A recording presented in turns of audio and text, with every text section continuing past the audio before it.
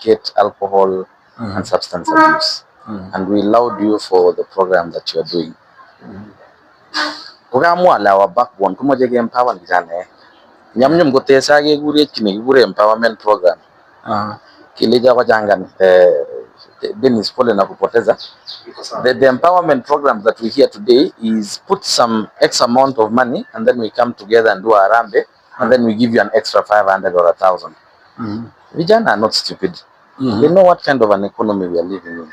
Okay, an extra 1,000 itakusaidia nini wewe? Hakuna. Na wewe itakusaidia nini? Hakuna. So we need to tailor these programs where when we put these youth together, yes, we register them as circles, as cooperatives, yes, and we use that opportunity to access funding.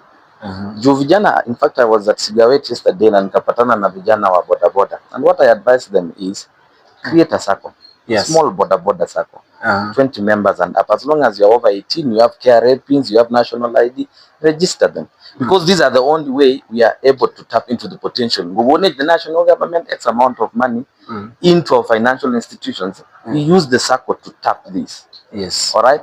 We also need to encourage our young people to get into agriculture. All right. When you are out there, they say Africa is a booming economy because of agriculture. But most of the time, vijana wetu have stayed far. You know, do whatever you have to do. We are staying aside. We need to encourage our youth, all right, to of course form these circles. And number two, to form these circles, and number two, get into agriculture so that we are able to tap into this potential and build our economy together. Okay, kwa nafikiri umeongea kwa ajili ya vijana. Na wamama sasa. Same thing. Actually, it's stupid simple. The same program. We have women empowerment women fund. Yes. That is given. I think last year you only selling at the so if I'm not wrong, I think 400 million or thereabouts. You know, and some of these encourage women to come as self-help groups, form self-help groups, get together into an organization, start your small businesses, the MSMEs, and tap into this funding that sits in X location. Yes. Now, the problem we have is, you know, ata kwako. The reason why we have budgets in this country is to plan the way we are going to serve our people, right? That's the main purpose of budget. And the way the national government does budget, the county level does budget, is the way we do our budgets at home. Think of the government as just an upgrade of what we do at home. You have 2 kids, and you know where your income is coming from, right? You know your 2 kids. All right? So with my kids, I have to plan. I have to know that my stream of income is this. Where my kids are going to go to school and whatever, this. Right? What is the difference? Do I borrow? What do I need to do? So we have to think of tapping into that potential with the women, with the youth, so that we are able to access this funding. And here the self-help groups, sorry, the light is very.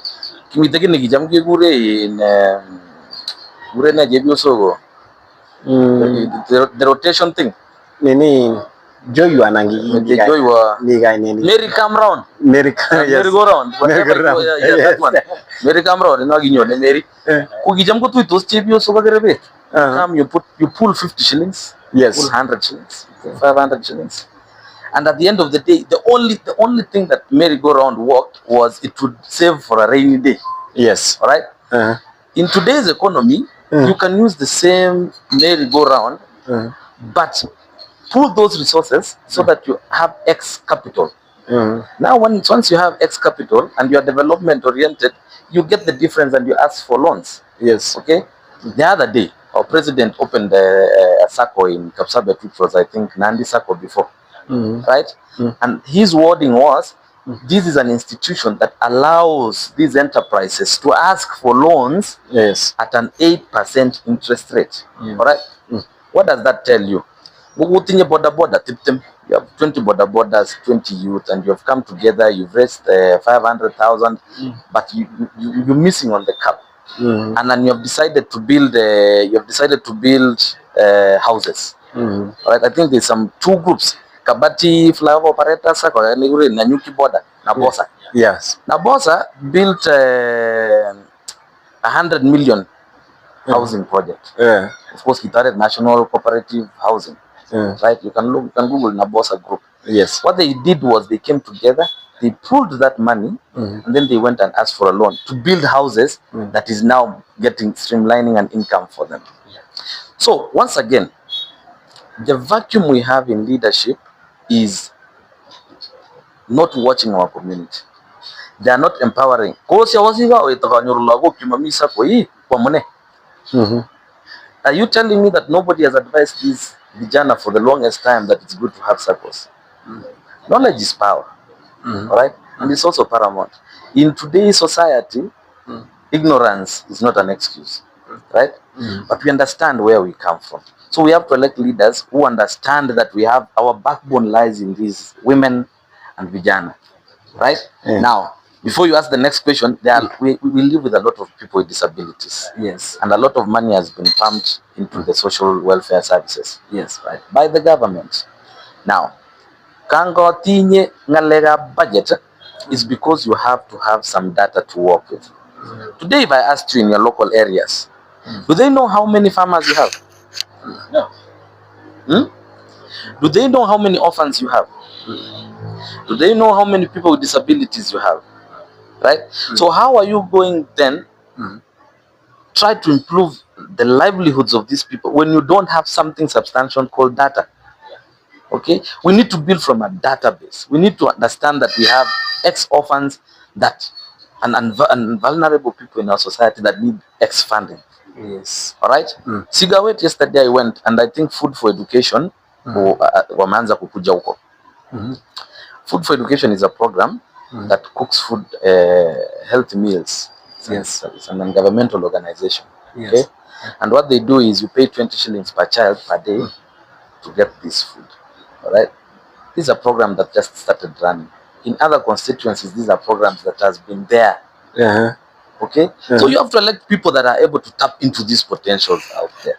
Now, the biggest challenge that I felt yesterday was the teacher told me that some of the kids cannot afford the 20 shillings. Imagine. That is the society we live in. And if there is any urge for me to vie for a position, is understanding that we live with such people who cannot afford 20 shillings for something as basic as food. Yes. Ni kweli. Na mheshimiwa, je, kwa mtawala ambaye ako saizi kwa hii 4 years sasa, ama tuseme 3 years ambayo imekuwa, je, umeona ni nini ambayo hajafikia, ambao unaona ya kwamba ukiekuwa kwa hiyo kiti unaweza fanya better kuliko mwenye yako? Simple answer. People ask for leadership when they have manifestos. Yes. Right? It is the electorate who gauge whether the manifesto they voted this person on works or not. I can sit in a corner and critique anybody I want, but maybe they are just delivering on the manifesto that they promised. It's up to the people to look at themselves and ask themselves, why did we vote X in? Right? Now, I bring a solution of integrity, transparency, and accountability. So the CDF kit that I'm going to get, last time we got 188 million, correct? I'll make sure that every single shilling has been utilized. Now, from a civic education standpoint, all right, to answer what you just asked me, go look at the latest audit report on your member of parliament, right? You went to school. You make the decision whether she or he is doing what you elected them to do. Kuna swali alisema nikiwachia Kim. Kuna swali alisema kwanza nisikie. Alisema muamue kuna kitu alisema kupitia data napata mheshimiwa analoketiwa 100 million kwa constituency yake. Yani budget yake. Kwa hivyo mheshimiwa wewe umesema integrity. The word integrity 188 as per last CDF allocations. Exactly. Before that it was 176. That is the numbers. Inamaanisha hii pesa ambayo unapea sema wewe mheshimiwa sasa. Umekuwa hii milioni 100. Wewe utautilizaaje? Na utapanga haje hadi kila shilingi isipotee. Na watu wenye uko nao ni watu zaidi ya milioni 100 kwa constituency yako. Data. Data. The data will tell me where I need to allocate what. All right? Because the data will tell me in Kapsaos we have 10 farmers that need to be boosted to improve the economic prosperity of that community. So what that tells me at that particular time is we need to allocate more in Kapsaos because they are going to build an economy around that. Number 2, CDF. We're talking about CDF allocation, right? Education. Make sure that kama uli promise watoto utawaweka shule, do that. Have a committee that vets our individuals. Now, people have phones here. Google. And I want you to answer me because I'll direct this question. Nani yako na simu atugugulie? Mko hapo na simu? Google hapo nani haraka. PSSB program. Just Google PSSB. Presidential Secondary School Bursary. Google. Yes. And as he Googles, he will give us an answer to that.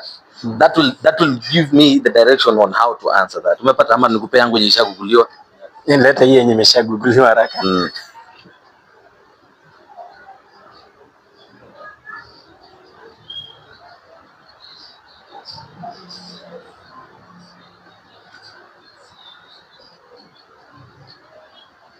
Yes, wakati tunaendelea no, hakuna wakati ndo sasa soma.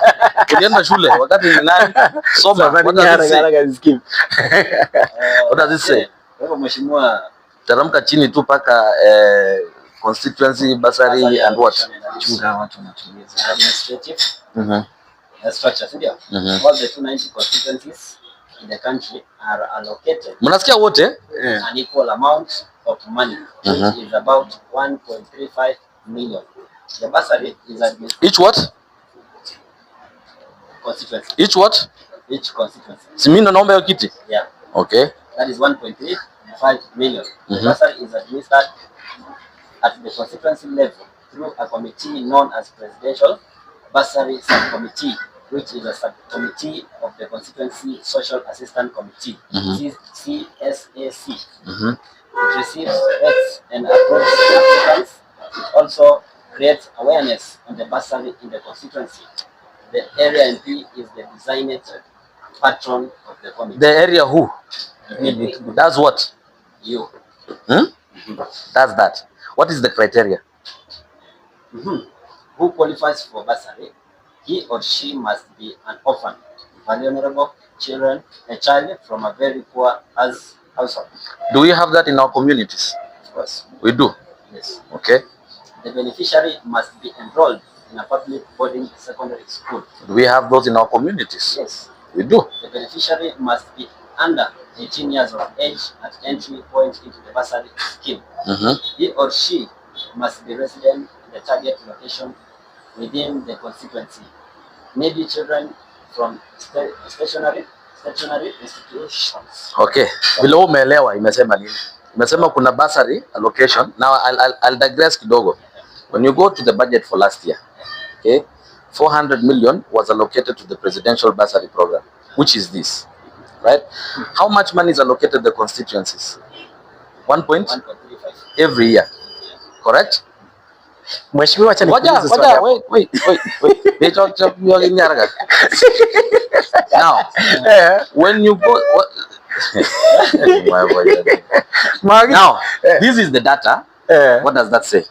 Hapa juu. Hapo inasema nini? Presidential Secondary School Bursary data. For fiscal year what? 2024 to 2025. 2024-2025. This is by what? Parliament of Kenya Library, correct? Now, when you go through that PDF and you search what? Which constituency do you come from? What does it give you? 1 of 1. No, it gives you 1 of 1. Out of many students, 1 of 1. Does this student look like they come from Turbo? No. They come from the pesa lipewa ni wa Turbo girls, right? But this student came from Bugungu, Lurambi. My people, that tells you out of that amount that you've seen there, you guys don't have an orphan in Turbo. Na mheshimiwa, acha nikuchallenge kidogo. umejua ya kwamba hii pesa sina shida kwa bunge ama kupitishwa ama iko.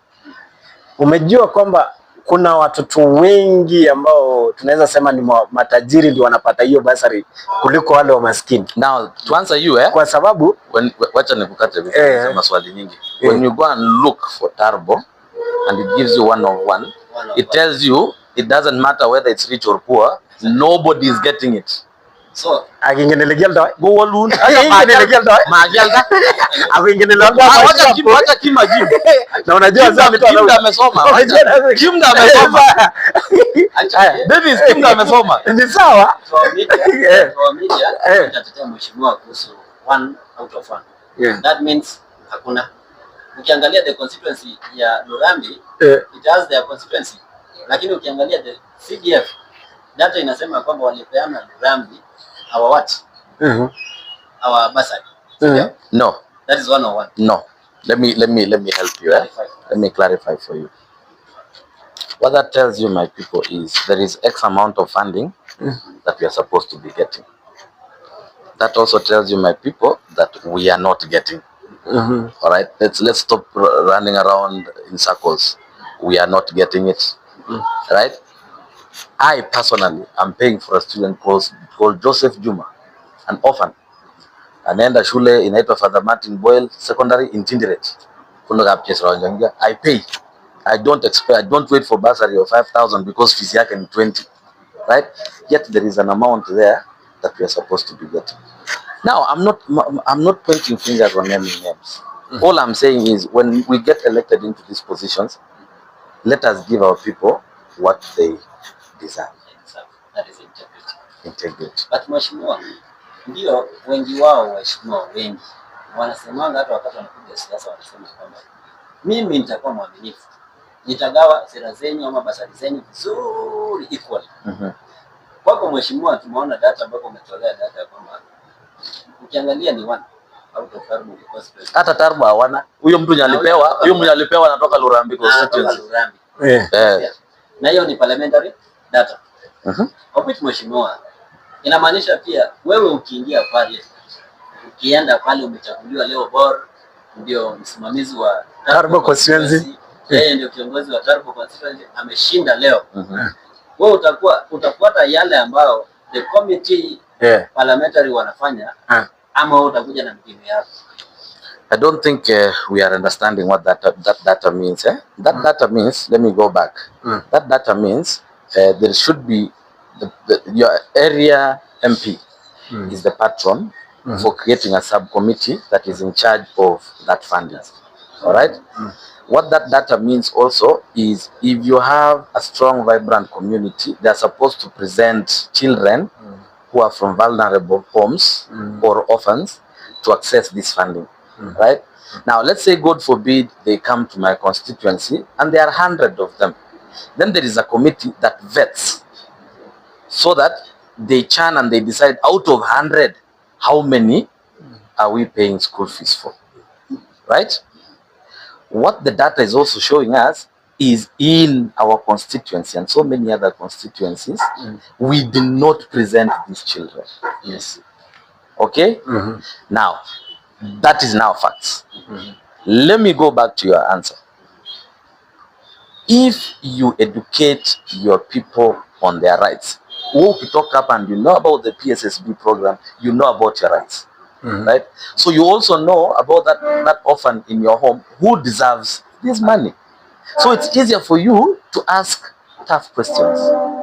You know, we need to move from Mr. Boris, Mr. Know-it-all. All right? If a king knows her rights, it's so hard for me to infringe her rights. Okay? So as an organization, kama YGEN, you need to focus on civic education so that our people understand what are we voting these people to do. Yes. Are they the goodies that they say they deliver? You know, I cannot lie to you and tell you I will fix roads. It is not in my power. I only get 188 million to serve my community. Where the only thing I can do is vouch and write letters to Kera and Kena and ask them that I have bad roads. All right? That is my responsibility when you give me a crown as an elected member of parliament. Kwa kukata mambo short, kuna mtu ana swali hapo. Uliza swali. Uliza swali tumalize. Nani anakoa na swali? Mheshimiwa umesema according to that bursary in another constituency. We don't want to cut off that person from getting and explore that money to another level. Let me cut you, Ajapeana. No, I'm not pointing fingers. Okay. What that says here, when unajua sasa, let's educate each other. When a PDF document is issued and you want to find your name out of 1 million selected people, Dennis. What I will do is I will go and find Dennis. It will populate me 1,000 Dennises, right? Now I will write your next name. Kipkemei. I will write Dennis Kipkemei. Now it will populate fewer names. It keeps on narrowing the number of people, right? The reason I search for Turbo is not to find where money for, and it's not only Turbo, by the way, right? You go do yourself the due diligence, go find the data. It's online. It's on the Parliament of Kenya website. Download the form, find the names, and find the people who applied for it. Now, when you go, the reason I found Turbo is it's dear to me. I wanted to find out in Turbo. So when I went there, I found that the only Turbo in my PDF document was one, and that Turbo was not a constituency. It was somebody who is going to Turbo Girls. And that's why Turbo appeared on the PDF document. Now, when I tried to read where this person from Turbo Girls comes from, he comes from which constituency? Bingo. There you go. So, Melenga, they are allocating this money to other people. No, they are not doing that. But one of the things, that document, it creates, apart from creating a presidential bursary subcommittee, which is a subcommittee of the KUSAC. KUSAC is Constituency Social Assistance Committee. It receives, vets, and approves these applicants. The other most important thing is it also creates awareness on the bursary in the constituency. Are you guys aware? No. Thank you. All right. So that is where we break down the communication. That is where our issue is. All right. And you see, when we elect our leaders, and now I want the best for my people. Yeah. All right. If there is any fund that is sitting in any corner,